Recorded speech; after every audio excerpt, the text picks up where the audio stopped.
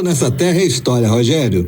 Vamos lá então, né? Bom dia a você, bom dia aos nobres e leais ouvintes. Mas a história que a gente conta aqui não é história para boi dormir, né, Edson? Nem é história de carochinha, né? Não. Gente, são fatos verídicos e comprovados. É verdade, Rogério. É bom você falar nisso porque muita gente que me encontra aí na rua ainda fica perguntando na dúvida se tudo que a gente conta aqui é verdade. E é verdade verdadeira. E é claro que sim, são dados históricos reais, fontes fidedignas e referências de muitos livros e autores que servem de base para tudo que eu conto aqui. A diferença é que a história aqui é mais light, é mais divertida. É, com bom humor, né? Mas sim, obviamente com muito conteúdo e com muita coisa inédita também, né? Exato, por isso é que é preciso ficar ligado aqui no Sucesso, pois muita coisa sobre Barbacena no passado você só vai ouvir por aqui. Aliás, você falou aí em história da carochinha e a nossa história de hoje começa justamente com uma história da carochinha, ou melhor, uma historinha assim bem infantil, Rogério. É tipo aquelas histórias que a vovó contava à beira do fogão de lenha, Isso. Né? Historinhas do Patinho Feio, do Gato de Botas. É por aí, Rogério, esse tipo de história mesmo. Mas nesse caso, as histórias e o seu autor não só estão distantes no tempo, mas bem longe aqui do Brasil. Mais precisamente na pequena cidade de Charlestown, no estado americano de Massachusetts. Ih, já vi que vamos começar bem longe hoje. E vamos mesmo, viu? Pois é na pequenina Charlestown, que hoje, na verdade, é um bairro de Boston, em Massachusetts, que por volta de 1852 saiu um livrinho de histórias infantis que toda criança americana que viveu naquela época conhecia. O livro se chamava The Little Keepsake, que em bom português significa O Pequeno Guardião. Não seria o Pequeno Príncipe? O Pequeno Príncipe é um clássico também da literatura juvenil, mas é de origem europeia. O Pequeno Guardião, ou melhor, o Little Keepsake, foi um clássico americano. Era um livretinho com historinhas bem curtas e ingênuas, mas o grande foco desses livrinhos, mais do que o texto, eram as ilustrações, desenhos lindíssimos feitos em bico de pena e reproduzidos em gravuras coloridas. E quem era o craque que dava conta de tudo isso era um artista norte-americano chamado John Daniel Felter. Quando seus livros infantis saíram, ele já era um veterano nas artes com 28 anos de idade. É, desse jeito aí eu só quero ver aonde vai dar essa história. Calma que a gente chega lá. Esse artista, o John Felter que eu tô falando aqui, americano, atuava em uma época em que quase não havia fotografias impressas e por isso os artistas como ele eram muito requisitados para ilustrar jornais e revistas, né? Principalmente matérias com desenhos bem caprichados e detalhistas para chamar a atenção dos leitores. Por causa disso, o nosso John Daniel trabalhava em um monte de publicações lá nos Estados Unidos. Interessante, mas esse Jack Daniels, aí ele era de Massachusetts, ele era de Charlestown. Não, aí você tá mexendo aí com o uísque, né? O cara era John Daniels. Ele não era de lá, não. Na verdade, uma curiosidade interessante é que quem nasceu em Charlestown mesmo foi o Samuel Morse, o inventor do telégrafo. Nós até já contamos a história aqui, quando o telégrafo chegou em Barbacena e com ele as ferrovias, né? É verdade, eu me lembro bem dessa história. Sim. Onde tinha trilho de estrada de ferro, tinha fio de telégrafo. Exato, foi esse o tema do programa. Mas voltando aqui ao John Daniel Felter, o desenhista de historinhas da carochinha e ilustrador de revistas americanas, ele nasceu na verdade em Nova York em 1825, tá fazendo agora 200 anos que ele nasceu.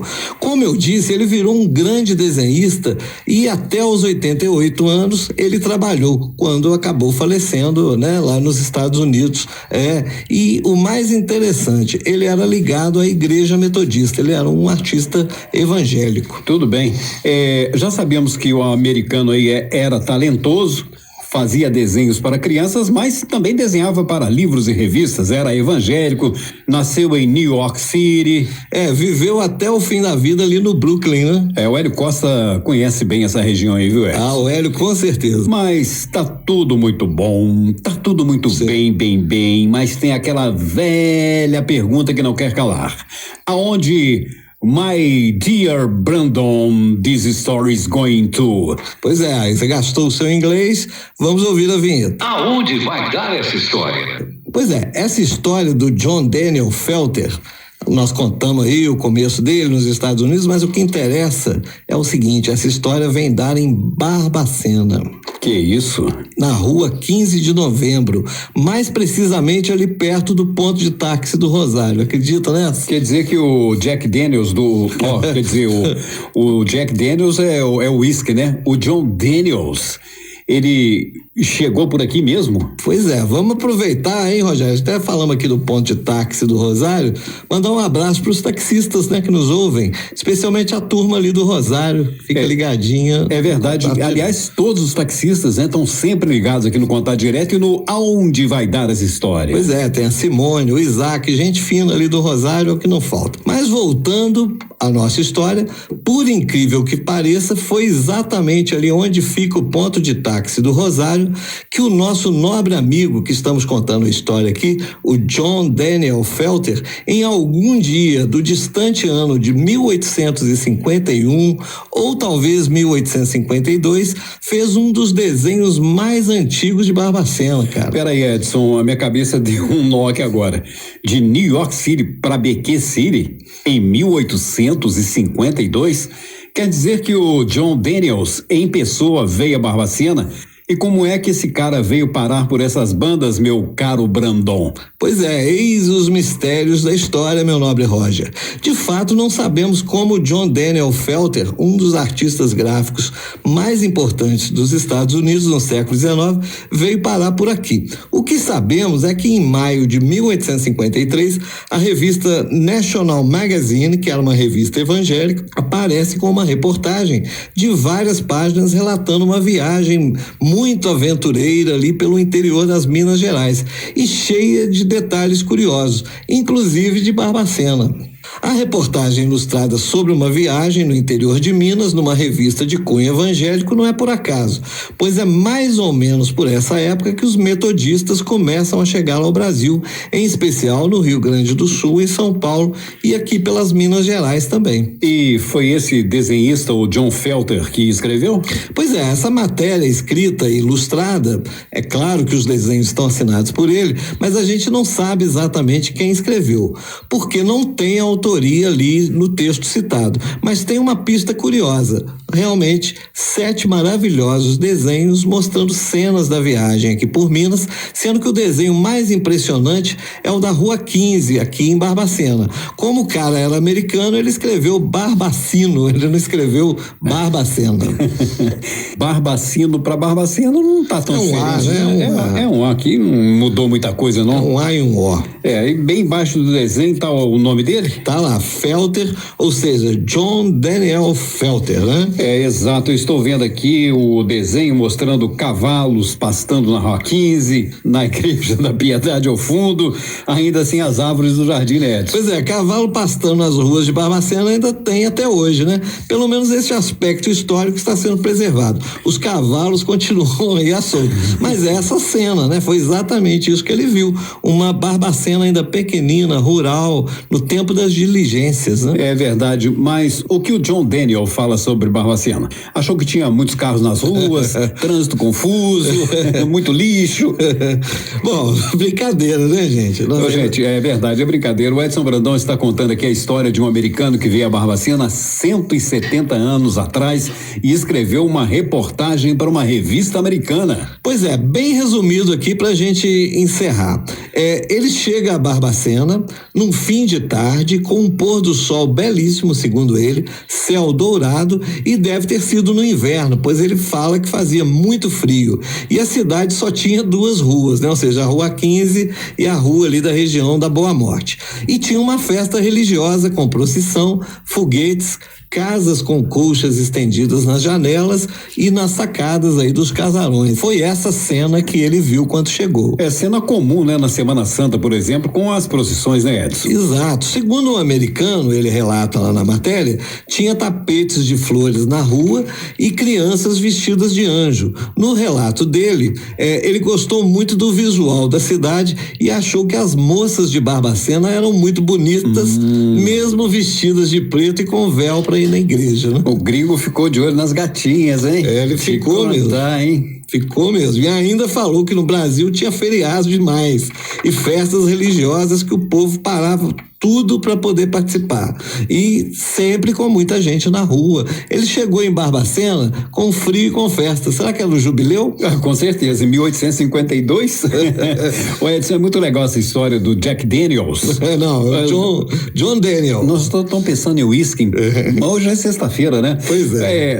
Jack Daniels não, gente. É a história do John Daniel Felter, o americano que saiu de Nova York, de New York City, e veio parar nas lonjuras de Minas Gerais. Por falar nisso, será que ele trocou o Jack Daniels por uma cachaçinha mineira?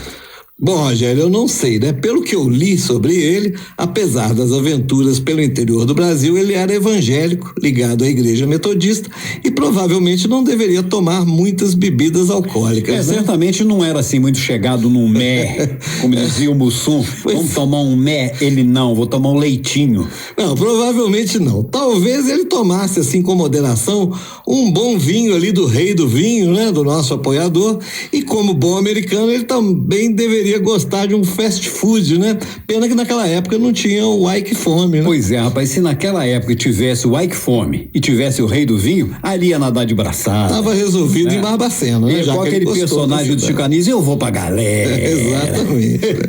E, bom, Edson, o que aconteceu depois de tanta andança? Pois é, mas depois de muitas andanças, ficou para os nossos dias essa reportagem, feita há tanto tempo atrás, mas que tem um dos mais nítidos registros de como era a nossa velha Barbacena no passado, mais precisamente há 172 anos atrás, né? É isso aí, mais uma história e um personagem que conectou sua história com Barbacena.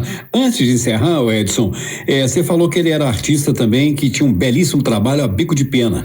E eu sei que você é um belíssimo ilustrador, um belíssimo artista que trabalha também com bico de pena. O trabalho dele era realmente muito bom? Não, muito bom, e o mais interessante, porque ele tinha que transformar aquilo depois em gravuras para serem reproduzidas. Então era um desenho finíssimo, muito bem elaborado e com detalhes. Por isso que a gente considera, quem estuda a história de Barbacena, esse um dos melhores registros feitos de Barbacena antes da invenção da fotografia. E olha só, hein, um dos grandes artistas norte-americanos. Um livro dele hoje é uma raridade caríssima na internet, nos leilões internacionais online. Vou pedir ao nosso prezadíssimo Hélio Costa, quando for a Nova York, para ver se acha um desses livros pra gente lá. Quem sabe? É provável, né? Eu já vi na internet. Quem sabe? Hélio Costa, anota aí. John Daniel Felter, que não tem nada a ver com Jack Daniels. É o John Daniel Felter. E tem o nome do livro, viu, Hélio? É The Little Keepsake. Ok, vamos passar um telégrafo para ele? A gente já falou de telégrafo hoje. De repente a gente não ganha esse livro de presente, né, Edson? Vai ser um belo presente. Já citamos aqui uma fonte importante da nossa história. Muito bem, num oferecimento do Rei do Vinho e Ike Fome, você curtiu mais um episódio da série Aonde Vai Dar Essa História.